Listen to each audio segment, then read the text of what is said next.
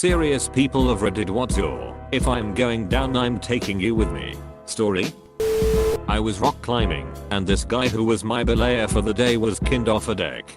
Well, no surprise, Deckwood spends most of his time flirting with a cute girl who is friendly but seriously not into him.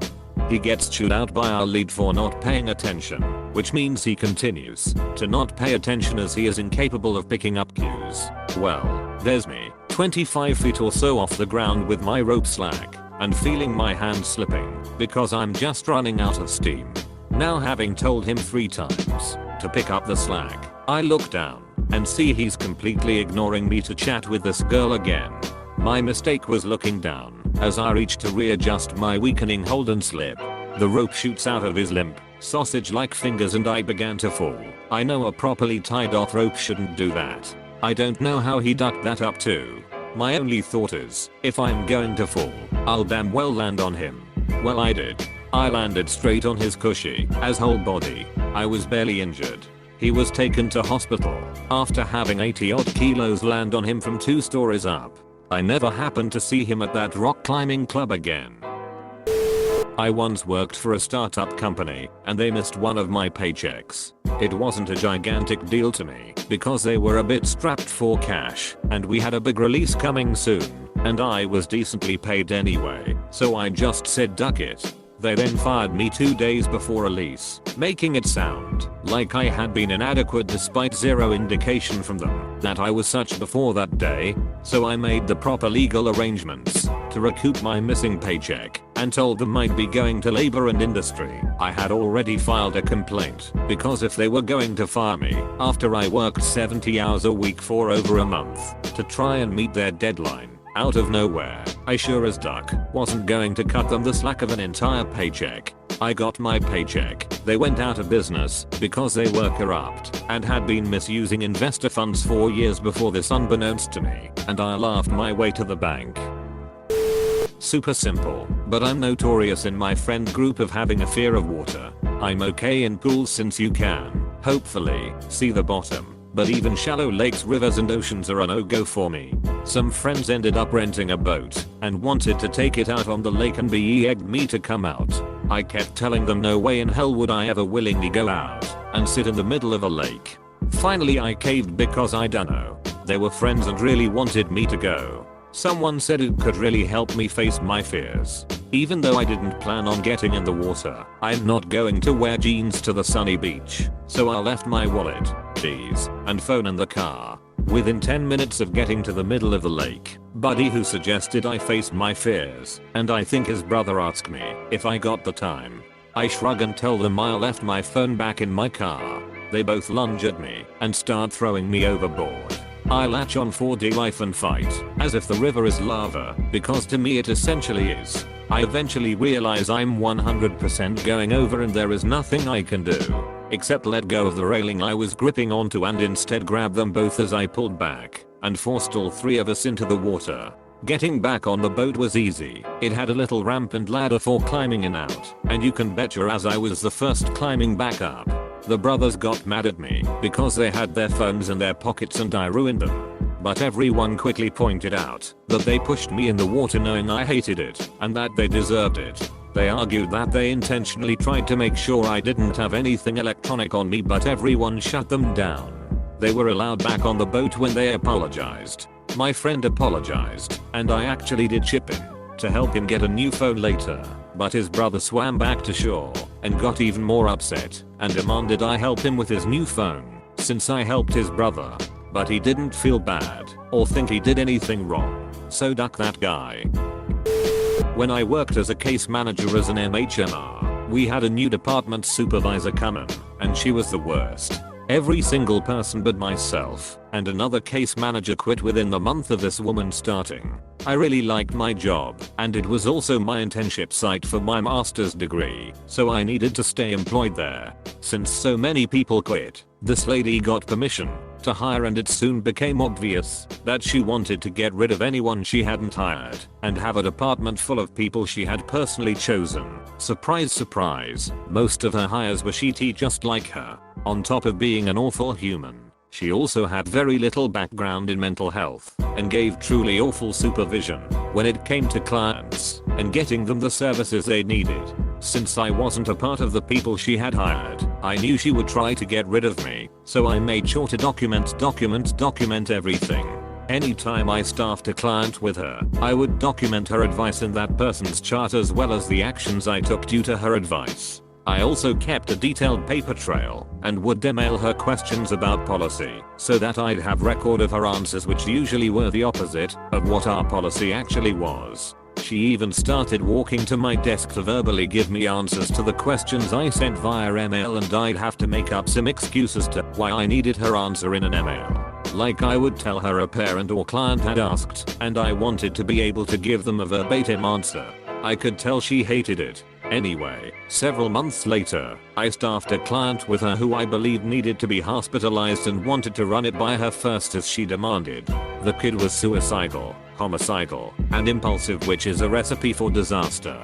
She disagreed that this kid needed hospitalization and told me to refer the client to another agency because apparently the client was too high risk for us, but didn't need to be hospitalized. I tried to get her to agree to just calling crisis to assess her, but she denied that as well. I documented what she told me to do and referred out. Well, literally a day later, this kid brings a gun to school and gets in a ton of trouble obviously. Thankfully he was stopped as soon as he stepped through the metal detectors. Mom is pissed that my agency just referred him out and didn't get him the help he needed, and a day later he plans to shoot up his school. My supervisor's supervisor is pissed as this is a PR nightmare and comes down on my supervisor, but since I was the direct care staff assigned to this client, my supervisor blamed it all on me. I ended up getting fired for my negligence. However, the higher up of course carefully went through this kid's records and saw all of my documentation regarding the awful decisions my supervisor had made, which lead the higher up to investigate even more. Basically there was Medicaid fraud being committed. This lady was lying about her mileage and being reimbursed way more than she should, and all this other lovely stuff.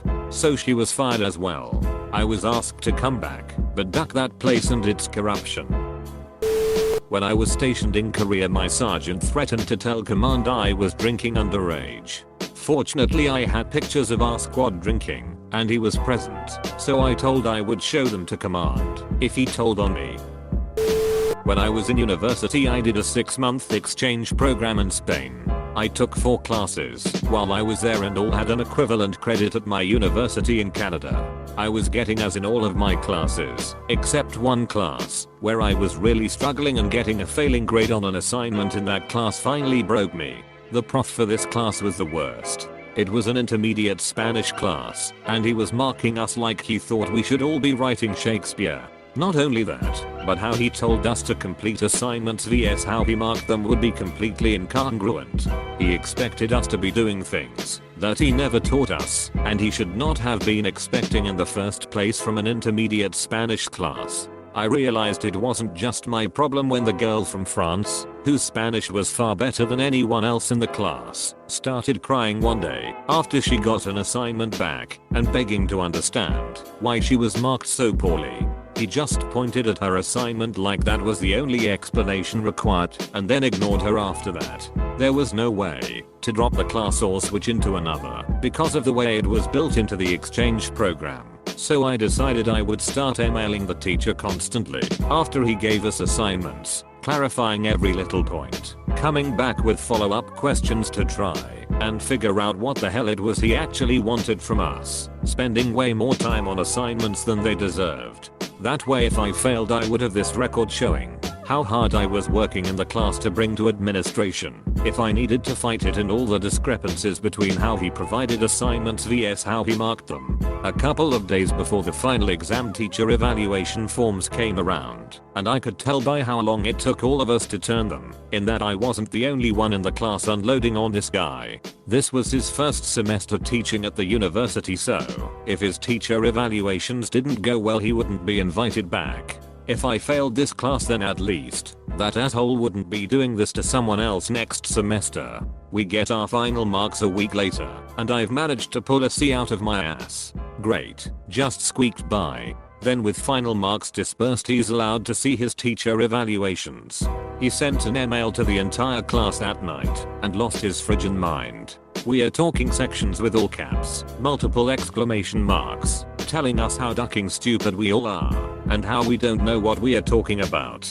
He's the greatest teacher alive, and we're all just bad students. Complete meltdown. The next morning I found another email, from the university this time, stating that Professor Asshole is no longer with the university and will not be welcome back again, followed by numerous apologies regarding his behavior. I inquired about our grades in light of what happened, but I guess they weren't that apologetic because they refused to change them. Go figure. Current job, previous manager. I was on a team of 2, and when the lady I worked alongside with quit, they decided not to replace her. I have a young child, who as children so often do, gets sick a lot. Being the only person on my team, and the most important role for our office to function, since it is literally the first step in all our processes, I had a very hard time whenever I used my PTO with short notice. I had given my manager multiple ways to fix the issue, but she never would hear any of it. She also was in a remote office, so she had zero clue what I did with my day. She finally sent me a very angry email basically telling me I could not use my PTO for emergencies all the time. When my son got sick, I wrote back a long detailed list of every method I suggested to fix the issue, along with the fact that I was the only person in my position for months, and that our company policy states in bold letters that using PTO because you or your loved one is sick is not only acceptable, but encouraged. My manager responded to my email by stating she would forward my concerns to ours, and that I should probably polish up my resume. But ours was in our office that day, for the first time in 6 months. Great coincidence, right? So I went in, asked if I could speak about an issue concerning my manager, and explained everything as it happened. The ours rep had this look on her face, like she was going to murder someone. She asked me to forward the entire email chain to her, which I did. Then she called me back to talk to her.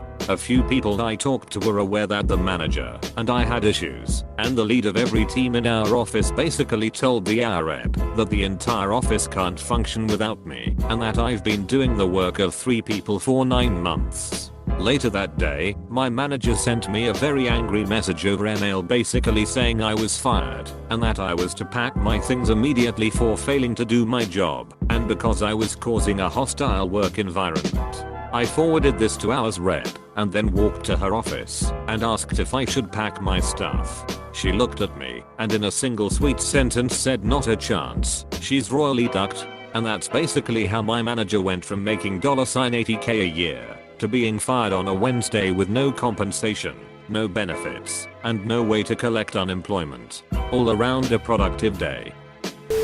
When I was in 8th grade, we had to create a presentation on a book we had just read, including a skit from one of the scenes. Here's the best part: we were forced to work in groups. Being an introvert, I hate group work. What I hate even more is when your group mates don't do their work. The day we were assigned the project, we decided to divvy up the slides equally. It was a Google Slides, so we could all contribute to the same document. The class ended, and I had already finished one of my slides. One boy only changed the color of the title, and the other 2 didn't do anything. 2 days later, I had finished all of my slides. Nobody else had done anything. I offered to start the script for the skit, since I had finished, and asked for the others to contribute. Nothing.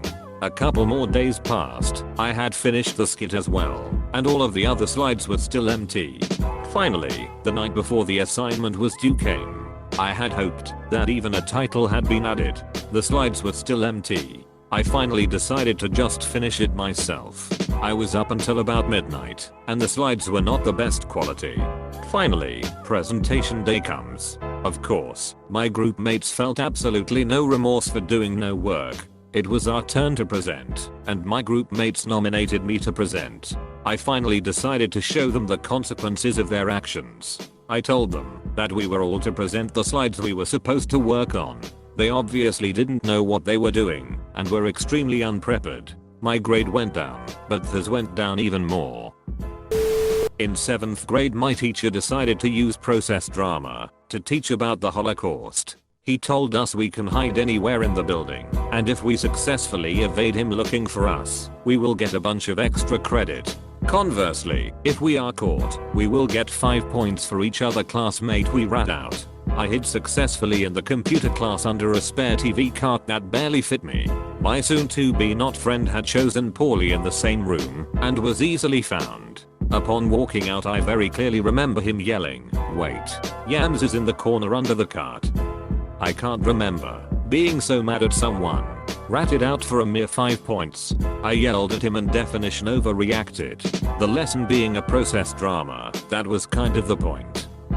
To experience the fear and potential rage at your neighbors for ratting you out. For those of you who don't know, this lesson style is to give the student first-hand emotional connection to whichever content you'd like to teach. It's incredibly effective. TL. Doctor, I was taken down along with a classmate and lost extra credit. I was at a church camping trip for boys at Yosemite. One of the guys in charge was new and a real douche. He made it his goal in life to punish every kid. I was a real rule follower, so he couldn't punish me, and he started getting angry about that. He would even drop comments like "your turn is coming," etc. Now, when I was younger, I was really thin and small, but in my mind I was like all the other kids and mentally tough, so this got me in trouble. I would get injured on these trips and the head guy was always getting in trouble with my parents for not keeping me safe. So one of the rules is that nobody can ever be alone. If you are caught alone at any time, you are in trouble. So, we are getting the campfire ready for lunch, and some kid comes running up to the group and says that there's a woman bathing naked in the river. All the kids get up and run to go see. So, to not be alone, I have to go with the group. Now, I don't go to the edge and look, because I didn't feel like it was right to go spy on the poor woman just trying to enjoy nature. Anyway, douche leader sees his opportunity and says that since I got up and went over with the group, I was also in trouble, despite the fact that I had no other choice. Punishment at this camp was holding a giant rock over your head. Somehow, I was the only one that got in trouble, not everyone else that looked, proving that he didn't care about actual rules, but just that he had power over everyone. I was supposed to hold this rock over my head for 15 minutes and then come back. Of course he was too lazy to oversee punishments, so I was supposed to do this alone, which is another problem, since there are bears and perverts around. No kid is supposed to be alone. So finally, since I didn't deserve this punishment, I was going to take this guy down. So I dropped the rock on my head on purpose.